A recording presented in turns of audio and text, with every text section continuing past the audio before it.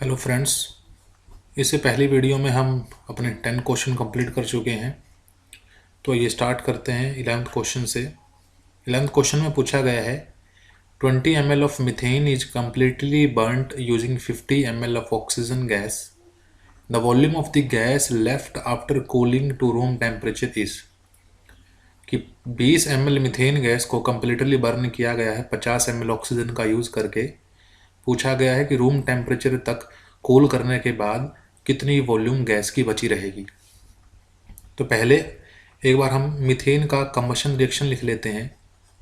So CH4 methane plus 2 oxygen 2O2 give rise to CO2 plus में 2H2। ये आपका जो है एक बैलेंस्ड केमिकल इक्वेशन है फॉर कंबशन ऑफ मीथेन। इस इक्वेशन के अकॉर्डिंग अगर हम लिखें तो लिख सकते हैं 1 ml of methane will require 2 ml of oxygen for complete reaction। 1 ml methane को 2 ml ऑक्सीजन चाहिए। तो इसी के अकॉर्डिंग अगर हम चलें तो 20 ml मीथेन को 20 ml मीथेन रिक्वायर्स, ठीक है, 40 ml of oxygen. 40 ml of oxygen, 20 ml methane को 40 ml ऑक्सीजन चाहिए। जैसे ही 20 ml 40 ml मीथेन के साथ रिएक्ट करेगा, ठीक है, 20 ml ऑफ मीथेन रिएक्ट करेगा 40 ml ऑफ ऑक्सीजन के साथ, हमारे पास जो CO2 बनेगी वो 20 ml बनेगी। क्लियर है? वाटर जो है लिक्विड स्टेट में प्रेजेंट है और CO2 जो है गैसीय स्टेट में प्रेजेंट है। सो 20 ml के साथ 40 ml ऑक्सीजन यूज हो गई, जबकि हमें दी कितनी गई है ऑक्सीजन 50 ml। तो 10 ml ऑक्सीजन तो यहाँ से मिल जाएगी, ठीक है। 50 में से 40 ml का यूज़ कर लिया तो रिमेनिंग ऑक्सीजन कितनी बच गई? 10 ml ऑक्सीजन तो यहाँ से बच गई। और जो CO2 प्रिपेयर हुई वो कितने ml प्रिपेयर हुई? 20 ml प्रिपेयर हुई, ठीक है। सो ये थी अमाउंट ऑफ ऑक्सीजन जो अनरिएक्टेड है, और CO2 की जो प्रोड्यूस होने वाली क्वांटिटी है वो कितनी है? 20 ml। सो टोटल क्वांटिटी जो गैसियस फॉर्म में हमें मिलेगी, टोटल क्वांटिटी जो हमें गैसियस फॉर्म में मिलेगी वो कितने ml मिलेगी? 10 ml बची हुई ऑक्सीजन और 20 ml प्रोड्यूस हुई CO2, कुल मिलाकर के 30 ml हमें रूम टेम्परेचर पर मिलेगा जब हम उसको कूल कर देंगे। सो ऑप्शन 4 जो है वो हमारा करेक्ट आंसर होगा। बढ़ते हैं नेक्स्ट क्वेश्चन की तरफ। नेक्स्ट क्वेश्चन 12th क्वेश्चन में पूछा गया है 100 ml of 0.1 molar acetic acid is completely neutralized using a standard solution of NaOH। The volume of ethane obtained at STP after the complete electrolysis of the resulting solution is। कि हमने 0.1 molar का 100 ml solution acetic acid का completely neutralise कर दिया है NaOH के solution का use करते हुए। हमसे पूछा है कि इलेक्ट्रोलिसिस के बाद में हमें कितनी इथेन गैस मिलेगी, कितनी वॉल्यूम जो इथेन गैस की मिलेगी at STP standard temperature and pressure पर। क्लियर है?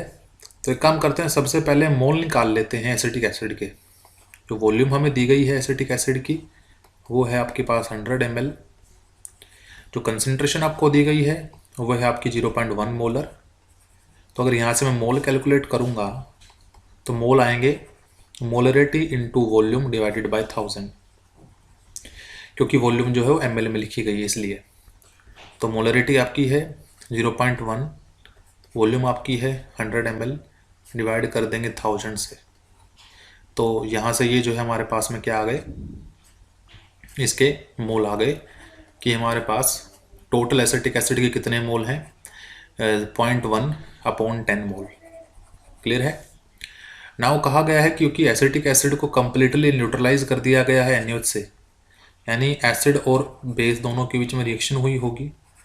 तो एसिटिक एसिड जब रिएक्ट करेगा सोडियम हाइड्रोक्साइड के साथ तो वो प्रोड्यूस करेगा वाटर प्लस साल्ट जो कि है सोडियम एसिटेट। तो यहाँ से सोडियम एसिटेट की फॉर्मेशन हुई होगी। और जैसा कि हम जानते हैं कि 1 मोल, ये इक्वेशन पहले से ही बैलेंस है, 1 मोल एसिटिक एसिड प्रोड्यूस करेगा 1 mole of sodium acetate ion. और हमारे पास में 0.1/10 मोल हैं अगर एसिटिक एसिड के, तो यहाँ से हमें जो एसिटेट आयन मिलेंगे उसकी कंसंट्रेशन भी 0.1/10 मोल ही मिलेगी। ठीक है। अब क्योंकि प्रोसेस इलेक्ट्रोलिसिस के द्वारा होगी, प्रोसेस में इलेक्ट्रोलिसिस होगा, इसलिए जब हम सोडियम एसीटेट का इलेक्ट्रोलिसिस करेंगे, ठीक है, सोडियम का इलेक्ट्रोलिसिस करेंगे तो एक्वा सॉल्यूशन है ये, तो आपको एनोड पर जो है इथेन गैस मिलेगी और कैथोड पर जो है आपको मिलेगी हाइड्रोजन गैस। कैसे प्रोड्यूस होगी? कुछ ऐसा है कि एनोड पर एसीटेट आयंस अपने आप को ऑक्सीडाइज करेंगे, ठीक है, इलेक्ट्रॉन्स को लूज करेंगे और बनाएंगे CH3CO, जो कि एक अनस्टेबल चीज़ है, क्योंकि जब तक इसमें नेगेटिव चार्ज प्रेजेंट था तब तक रेजोनेंस की वजह से ये स्टेबलाइज था, अब ये स्टेबलाइज नहीं है। तो ऐसे ऐसे दो CH3COO मिल करके दो CO2 के मॉलिक्यूल प्रोड्यूस करते हैं, साथ में हमें मिलती है इथेन। तो आप ये कह सकते हो कि एक इथेन का मॉलिक्यूल प्रोड्यूस करने के लिए हमें 2 मोल चाहिए हैं एसीटेट आयन के, यानी जितने भी एसीटेट आयन प्रेजेंट हों उससे हाफ क्वांटिटी मिलती है इथेन की। और अगर आप यहाँ ध्यान से देखें तो हमारे पास एसीटेट के मोल कितने हैं? 0.1/10। सो लिखेंगे 2 मोल, 2 मोल एसीटेट आयन के प्रोड्यूस करता है 1 mole of ethane. 2 mole acetate ion के प्रोड्यूस करते हैं 1 मोल इथेन को। तो यहाँ से 0.1/10 mole of acetate ion produce करेंगे हाफ, यानी 0.1/20 मोल, ठीक है, 20 मोल ऑफ मीथेन के, इथेन के। आल्सो हम जानते हैं कि एट एसटीपी पर 1 मोल कोई भी गैस हो, तो चाहे वो इथेन हो, उसका जो वॉल्यूम होता है वो 22,400 ml होता है। अगर 1 मोल का वॉल्यूम इतना है तो 0.1/20 मोल का वॉल्यूम कितना होगा, यहाँ से हम कैलकुलेट कर लेंगे। सो मल्टीप्लाई करेंगे 22,400 इंटू 0.1/20। जब आप इसको कैलकुलेट करेंगे तो आपको वैल्यू मिलेगी 112 ml, ठीक है, जो कि हमारा जो ऑप्शन है वो ऑप्शन है 1। तो ऑप्शन जो 1 है वो आपका करेक्ट ऑप्शन होगा। चलते हैं नेक्स्ट क्वेश्चन की तरफ। क्वेश्चन नंबर 13 में हमसे पूछा गया है कि सैक्रिन जो एक आर्टिफिशियल स्वीटनिंग एजेंट होता है, ठीक है, जो फूड को सिर्फ और सिर्फ स्वीट करेगा, मीठा तो करेगा लेकिन उसमें कोई भी कैलोरी ऐड नहीं करता है, उसको बोलते हैं आर्टिफिशियल स्वीटनिंग एजेंट। और तो सैक्रिन नाम का आर्टिफिशियल स्वीटनिंग एजेंट किससे बनता है? तो वो टोल्विन से मैन्युफैक्चर होता है। 14th क्वेश्चन में पूछा गया है which is not true for SN1 reaction. SN1 reaction के लिए इसमें से कौन सी स्टेटमेंट सही नहीं है? फर्स्ट ऑप्शन दिया गया है favoured by polar solvent. SN1 reaction में कार्बोकैटायन की फॉर्मेशन होती है और ये जो प्रोसेस है ये पोलर सोल्वेंट फेवर करते हैं। थर्ड, टर्शरी अल्काइल हैलाइड जो है वो जनरली SN1 रिएक्शन से प्रोसीड करेंगे। जी हाँ, बिल्कुल सही है, क्योंकि टर्शरी अल्काइल हैलाइड फॉर्म करेंगे टर्शरी कार्बोकैटायन, जो कि हाईली स्टेबल है, और हाईली स्टेबल होने के कारण मोस्टली जो टर्शरी अल्काइल हैलाइड होते हैं वो SN1 रिएक्शन से ही परफॉर्म करते हैं। ये भी बिल्कुल सही है। थर्ड पॉइंट में पूछा गया the rate of reaction does not depend upon the molar concentration of nucleophile. SN1 reaction में आप याद रखिएगा कि जो कंसंट्रेशन, जो स्पीड होती है रिएक्शन की, वो सिर्फ और सिर्फ एल्काइल हैलाइड की कंसंट्रेशन पर ही डिपेंड करती है, न्यूक्लियोफाइल पर नहीं। सो ऑप्शन 3 भी बिल्कुल सही है। लेकिन ऑप्शन 4 में आपसे कहा गया है कि primary alkyl halide generally SN1 से प्रोसीड करते हैं, ये बात आपकी बिल्कुल गलत है, ठीक है। तो इसने पूछा था कौन सी बात सही नहीं है, तो ऑप्शन 4 जो है आपका वो करेक्ट होगा। क्वेश्चन नंबर 15 में हमसे पूछा गया था ऑयल ऑफ विंटर ग्रीन क्या है। तो आपको याद रखना है ऑयल ऑफ विंटर ग्रीन एक एस्टर है, ठीक है। इसका जो फॉर्मूला है वो कुछ ऐसा है, बेंजीन पर एक पोजीशन ऑक्यूपाई करेगा OH, दूसरी पोजीशन ऑक्यूपाई करता है COOCH3, तो ये एक एस्टर कंपाउंड होता है। नेक्स्ट है क्वेश्चन नंबर 16, पूछा गया एक organic compound A sooty flame के साथ बर्न होता है and it is negative to आर टोलेंस रिएजेंट, लेकिन टोलेंस रिएजेंट शो नहीं करता है या टोलेंस टेस्ट शो नहीं करता है। लेकिन बोर्श रिएजेंट शो करता है। बोर्श रिएजेंट इसका दूसरा नाम ब्रैडी रिएजेंट भी है। तो ब्रैडी रिएजेंट जो टेस्ट वो शो करता है। बताइए कि कंपाउंड ए क्या है। तो सबसे पहले बताया है कि ए जो कंपाउंड है उसको जब बर्न करते हैं तो वहाँ से हमें सूटी फ्लेम मिलती है। यहाँ से एक बात कंफर्म होती है कि कंपाउंड जो होगा वो एरोमेटिक कंपाउंड होगा। ठीक है, एरोमेटिक कंपाउंड होगा। लेकिन अगर आप ध्यान से देखें तो बेंजल्डिहाइड, एसिटोफिनोन, सैलिसिलिक एसिड तीनों एरोमेटिक हैं। ठीक है, सो ऑप्शन जो थर्ड है वो तो पहले से ही हम क्या कर देंगे, कट कर देंगे। अगर बात करें तो ये टोलेंस टेस्ट को शो नहीं करता है। तो टोलेंस टेस्ट को शो वो नहीं करते हैं जो कीटोन होते हैं। ठीक है, Tollens test does not shown by ketones इस टेस्ट को शो नहीं करते हैं। तो बेंजल्डिहाइड एक एल्डिहाइड है, सैलिसिलिक एसिड वो आपका एक बीटा हाइड्रोक्सी कह सकते हो अल्कोहल है। ठीक है, beta hydroxy carboxylic acid 2 hydroxy benzoic acid कहते हैं इसको। ठीक है, तो कीटोन बेंजल्डिहाइड नहीं हो सकता क्योंकि बेंजल्डिहाइड तो टोलेंट टेस्ट शो करेगा। तो 1 और 3 कैंसिल हो गए, 2 और 4 में से बात करते हैं। पूछा गया है कि ये बोर्सर रिएजेंट शो करता है। तो बोर्सर रिएजेंट जिसको हम ब्रैडी रिएजेंट भी कहते हैं वो क्या होता है, 2,4-डाइनाइट्रोफिनाइल हाइड्राजीन। ठीक है, ये आपका होता है ब्रैडी रिएजेंट। ठीक है, स्ट्रक्चर आप इसका देखें अगर तो ऐसा मिलेगा। सेकंड पोजीशन पे और फोर्थ पोजीशन पर मिलता है नाइट्रो ग्रुप। ठीक है, और ऐसा जो है इसका स्ट्रक्चर है। तो ये जो मॉलिक्यूल है ये इजीली कीटोन और एल्डिहाइड दोनों के साथ ही रिएक्ट कर लेता है। तो ऐसे अगर रिएक्शन देखें तो आप सेकंड ऑप्शन के साथ पॉसिबल है क्योंकि एसिटोफिनोन जो है वो कीटोन है।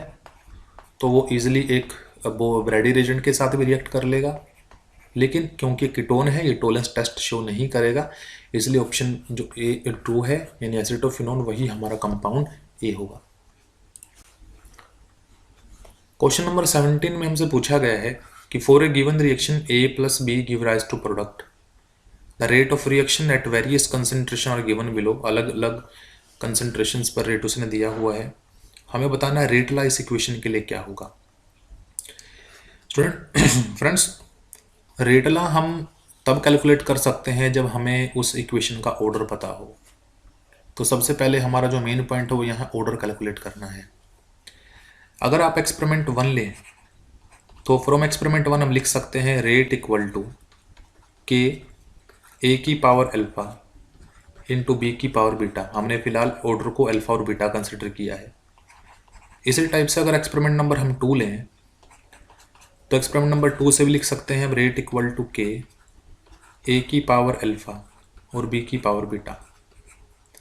अगर हम इन दोनों को डिवाइड कर दें, एक्सपेरिमेंट 1 को डिवाइड कर दें एक्सपेरिमेंट नंबर 2 से, एक्सपेरिमेंट 1 को डिवाइड कर दें अगर एक्सपेरिमेंट नंबर 2 से, तो एक्सपेरिमेंट नंबर 1 में जो रेट है वो 2 है और एक्सपेरिमेंट नंबर 2 में जो रेट है वो 4 है, इक्वल टू के अपॉन के। एक्सपेरिमेंट नंबर 1 में ए की कंसंट्रेशन है 0.2 उसकी पावर अल्फा और बी की कंसंट्रेशन है 0.2 उसकी power beta, divided by experiment number 2 में ए की कंसंट्रेशन वही है 0.2 की पावर अल्फा और बी की कंसंट्रेशन है 0.4 की पावर बीटा। यहाँ से डिवाइड करें तो 2/4 ये आपको मिलेगा 1/2। यहाँ से के कैंसिल हो गया, ये दोनों अल्फा ये वैल्यूज़ भी कैंसिल हो गई। यहाँ से भी लिख सकते हैं 1/2 उसकी पावर बीटा। तो यहाँ से 1/2 की पावर हम 1 बोल सकते हैं, वहाँ से 1/2 की पावर बीटा यानी बीटा की वैल्यू तो आ गई 1। अब एक काम करते हैं, अब हम कोई भी एक्सपेरिमेंट ले लेते हैं। लेट को एक्सपेरिमेंट नंबर 2 और 3 ले लेते हैं। एक्सपेरिमेंट नंबर 2 और एक्सपेरिमेंट नंबर 3 ले लें। एक्सपेरिमेंट नंबर 2 और एक्सपेरिमेंट 3 लें। एक्सपेरिमेंट नंबर 2 से जो रेट है वो है 4 इक्वल टू के ए यानी 0.2 की पावर अल्फा और 0.4 उसकी पावर बीटा। एक्सपेरिमेंट नंबर 3 से अगर चेक करें तो एक्सपेरिमेंट नंबर 3 से रेट जो है वो है 36 डिवाइडेड बाय के ए की कंसंट्रेशन है 0.6 उसकी पावर अल्फा, बी की कंसंट्रेशन है 0.4 उसकी पावर बीटा।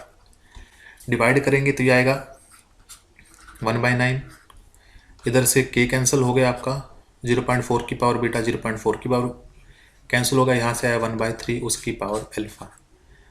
हम 1/9 को लिख सकते हैं 1/3 की पावर 2, उधर से 1/3 की पावर अल्फा, तो यहाँ से अल्फा की वैल्यू कैलकुलेट करेंगे तो आएगी 2। तो अब हमारे पास अल्फा आ गया, बीटा आ गया। तो हम देख लेते हैं कि अल्फा हमारे पास आया 2 और बीटा हमारे पास आया 1, तो हमारा रेट होगा रेट इक्वल टू के ए की जो कंसंट्रेशन है उसकी पावर आएगी 2 क्योंकि अल्फा, और बी की जो कंसंट्रेशन है उसकी पावर आएगी 1, तो A2 B1। सो ऑप्शन 1 जो है वो हमारा करेक्ट आंसर होगा। चलते हैं नेक्स्ट क्वेश्चन की तरफ। क्वेश्चन नंबर 18 में हमसे पूछा गया है कि इनमें से कौन से मॉलिक्यूल में कोई भी अनपेड इलेक्ट्रॉन नहीं मिलेगा। सो ऑप्शन आपका 4 जो है वो राइट आंसर है, क्योंकि जब आप इसकी मॉलिक्यूलर फिलिंग करेंगे तो इसमें आएगा sigma 1s2, sigma star 1s2, sigma 2s2, sigma star 2s2, उसके बाद आएगा